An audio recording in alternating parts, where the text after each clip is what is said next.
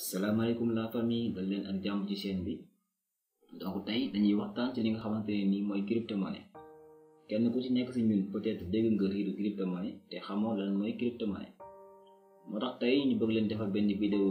explicatif andil leen ci ay leeral ba kenn ku ci nekk si ñun comprendre lan mooy crypto-monnaie. Voilà, donc balaa ñuy ñëw ci li nga xamante ni sax mooy crypto-monnaie yoon la pour ñu waxtaan ci li nga xamante ne nii moo ko jiitu yi si mel ni ay les monnaies standards comme euro, dollar, le franc CFA ak yu ni mel. ñu waxtaanee aussi ci li nga xamante ni moo njëkk nekk monnaie d'échange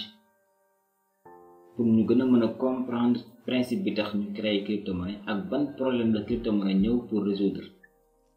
Voilà, donc pour ngeen gën a mën a comprendre principe bi il faut ngeen topp ñu ba vidéo bi jeex. Voilà, donc avant même xaalis di xew bu njëkk li xewoon mooy liñ naan échange maanaam weccoo. Léegi dañu jël exemple ñeenti nit ñoo xamante ne nii ñoo bokk dëkkuwaay A B C ak D. A nekk menuisier, B nekk jaaykatu bant,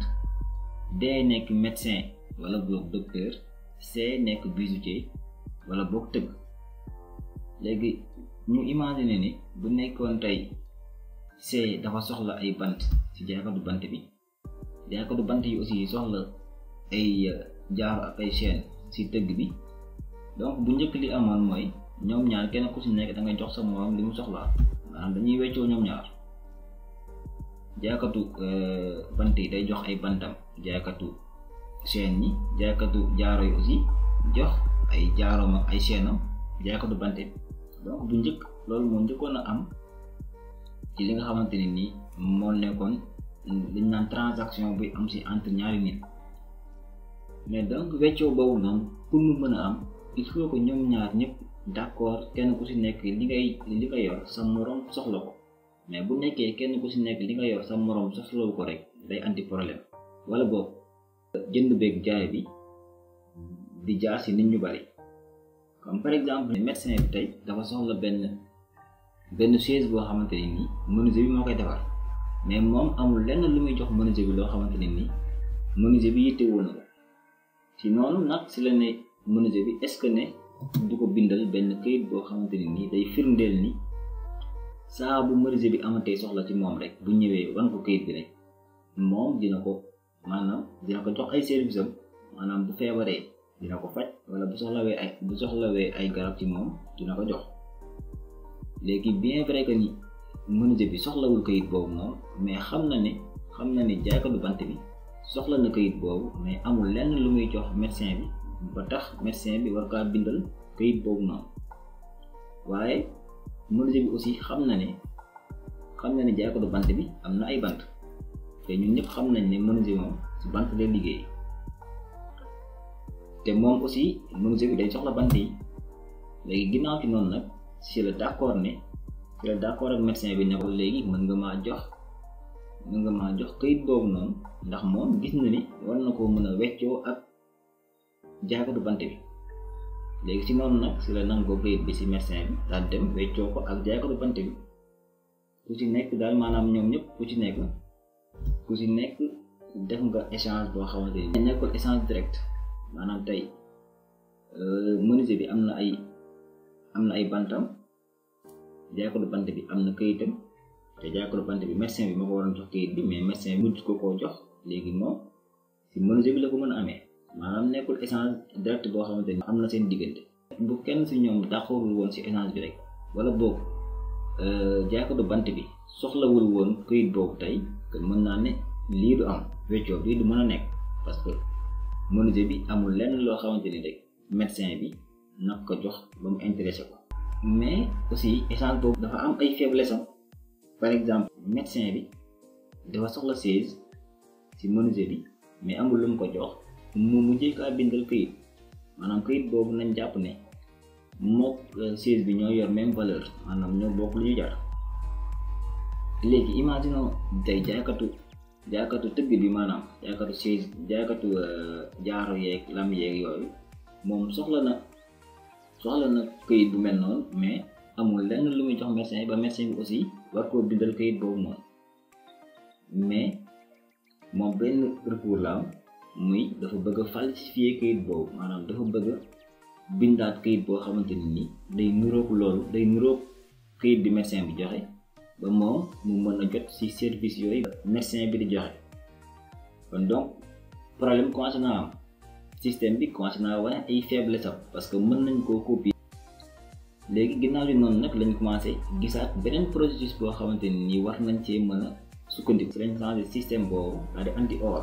léegi or nekk première monnaie d'échange maanaam li ñu mën a jàppee xaalis maanaam weccoo jox nit dara nit jox la dara or moo njëkk a nekk li ñu mën a jàppee xaalis maanaam dangay soxla dara tey ci nit nga dem jox ko or moom mu jox la li nga soxla. par exemple nga bëgg a jënd dara tey ci boutique bi da ngay jël valeur bu toll noonu ci or ba yóbbu ci boutique bi jox la li nga soxla bu njëkk loolu moo amoon maanaam or moo njëkk a nekk monnaie d'échange. ba loolu amee nag médecin bi bu soxlawaatee chaise day jox directement menuisier bi or menuisier bi jox ko chaise kon donc soxlawul intervention wu troisième personne pour mu am chaise mais aussi or ñun ñëpp xam nañ ne dafa bëri ay faiblesse or dafa diis te or maanaam boo bëggee jënd loo xamante ni nii dafa tuuti comme par exemple nga bëgg jënd ci boutique bi valeur boo xamante ni nii 100 francs CFA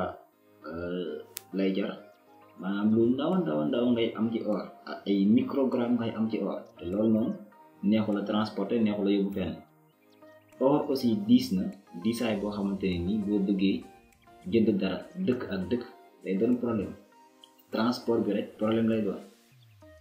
donc moom it am na ay faiblesse am bien vrai que ni sax moom kenn mënu koo dupliquer kenn mënu see nax kenn mais moom dafa am ay faiblesse am mooy transport beeg yi ni mel. ba mu commencé ñëw nag si la banque yi commencé intervenir léegi boo yoree sa or da nga koy yóbbu ci banque bi nga jox ko banque yi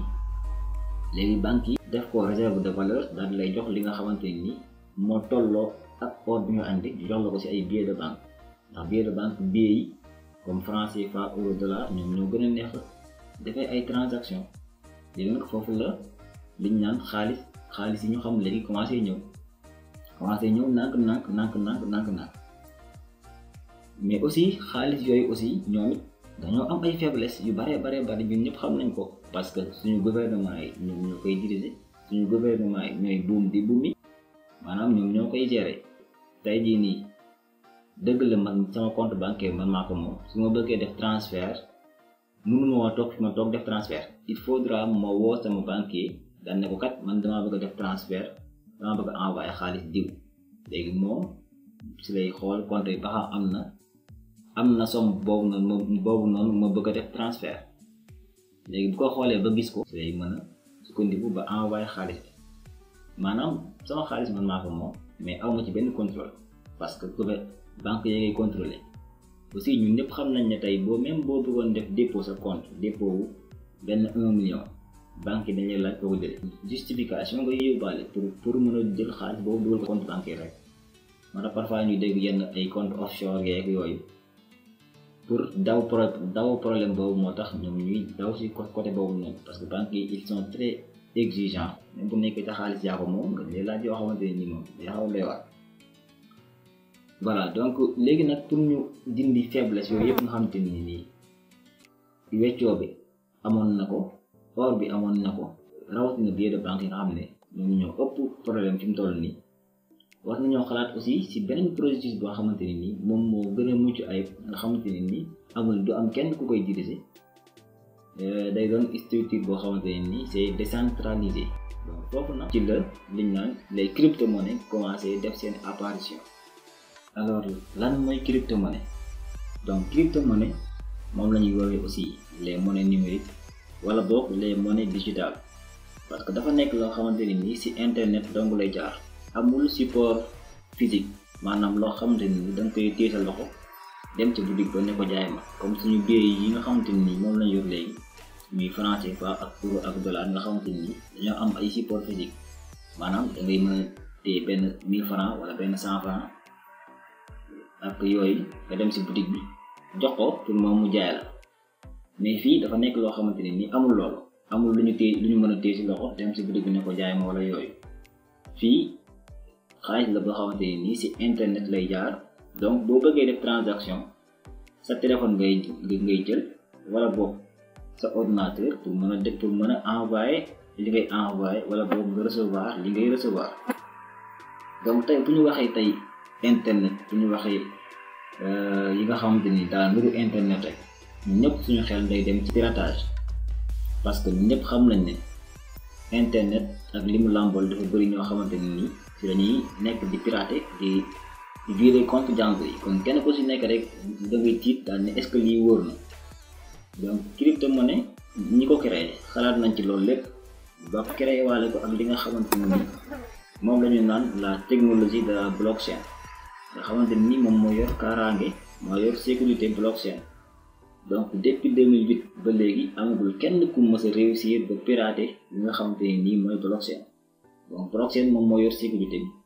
moo yor sécurité crypto-monnaie ba kenn mënu koo pirater. donc depuis 2008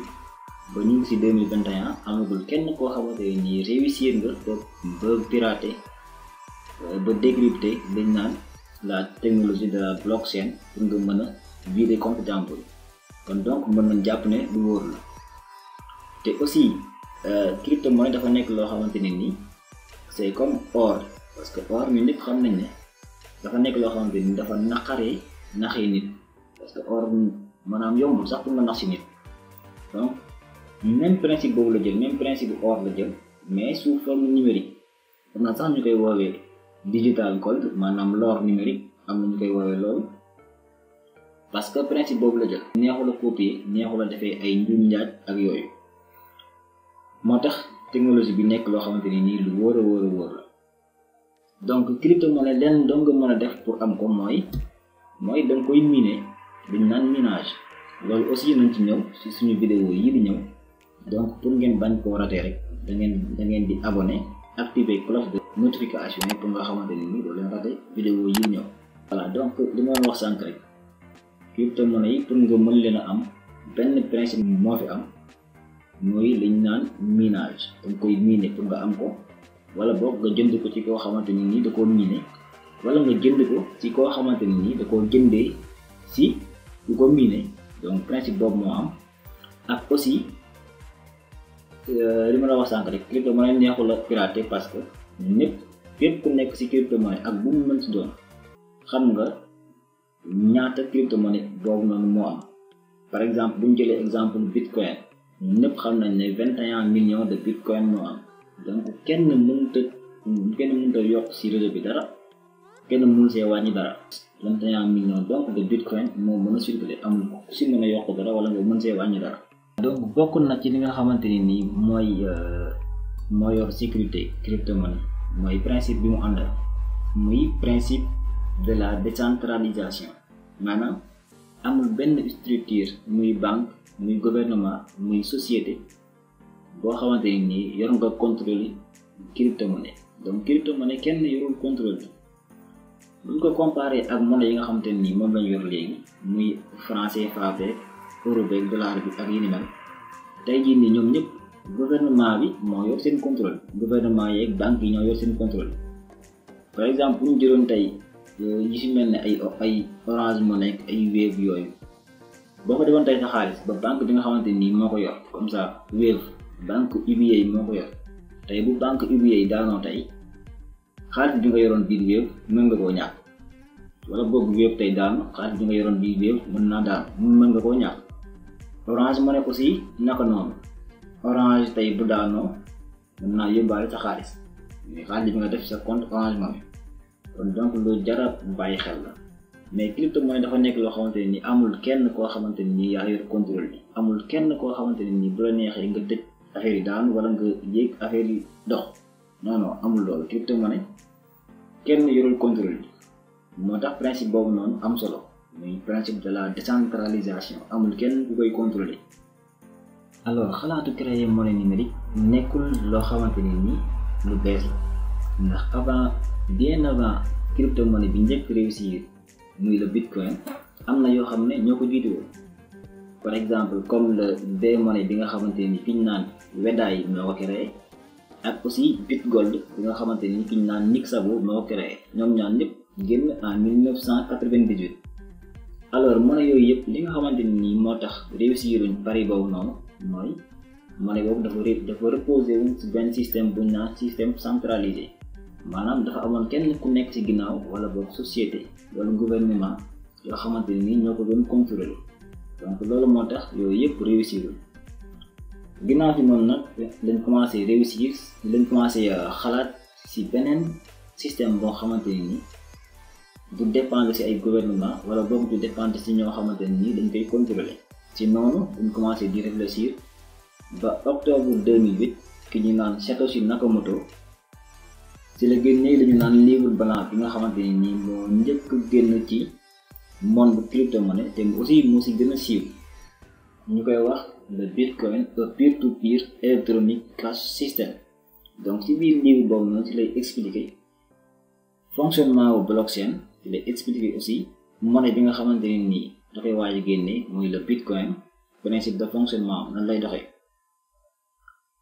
Donc le 3 janvier 2009 ci la commencé le miner premier bloc bu njëkk a génn ci crypto-monnaie ñu koy wax Genesis block. Donc depuis 2009 la commencé génne monnaie boobu muy Bitcoin. Donc jamono jooju Bitcoin jarul woon dara daa ngi doog génn mais comme niñ ko xamee rek crypto-monnaie dafa nekk loo xamante ne nii day yéeg di wàcc maanaam communauté bi nga xamante ni nii ñoo ci nekk ñoom ñoo koy doxal parce que principe la boo xamante ni nii dafa reposer ci la demande et l'offre maanaam jënd liñ ciy jënd ak liñ ciy jaay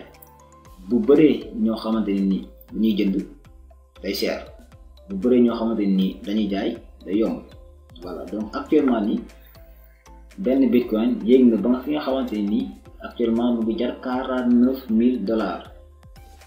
Voilà actuellement nii may wax ak yéen ñu ngi ci septembre 2021 actuellement mu ngi jar $49,000 nekk ay millions yu bari en francs CFA.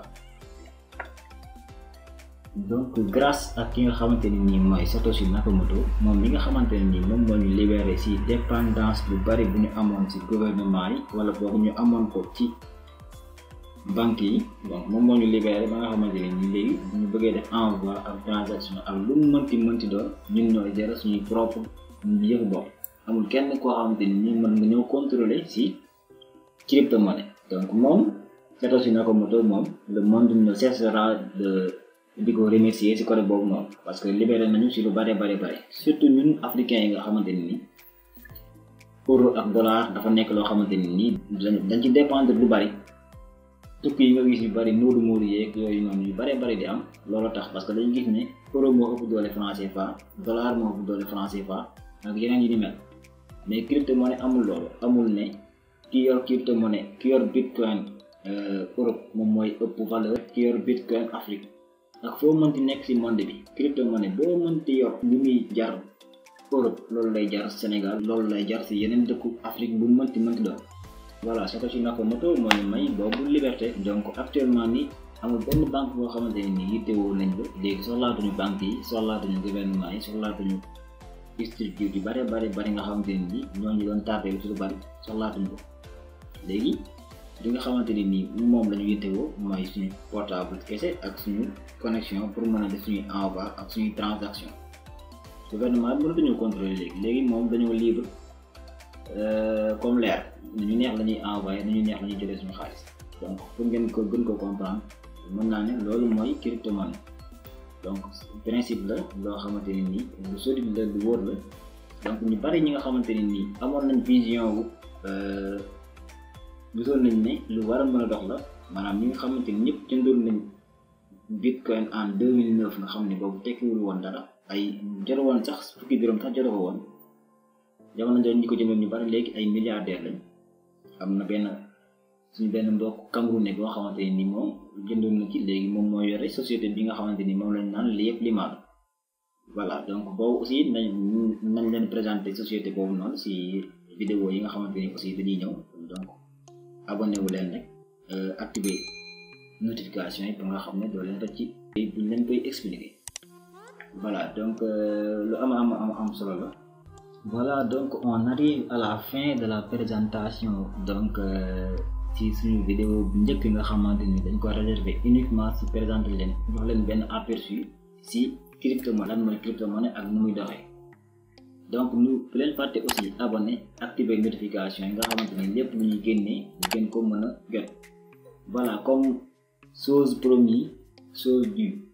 Donc li ñu leen waxoon ci début vidéo yi mooy pour ngeen continuer jusqu'à la fin pour gis surprise yi nga xamante ne nii moom lañ leen réserver. Bokk na ci suñu ebook bi nga xamante ne nii moom lañ bind réserver ko uniquement ci monde crypto-monnaie. Donc pour ngeen gën a mën a anticiper li nga xamante ne nii moom la ñuy waaj a génne muy vidéo yi stop, il faut ngeen lire suñu ebook bi. Donc ebook bi pour ngeen am ko nañ leen bàyyi lien de téléchargement bi ci description yi ngeen gën ci mën a am ay leeral.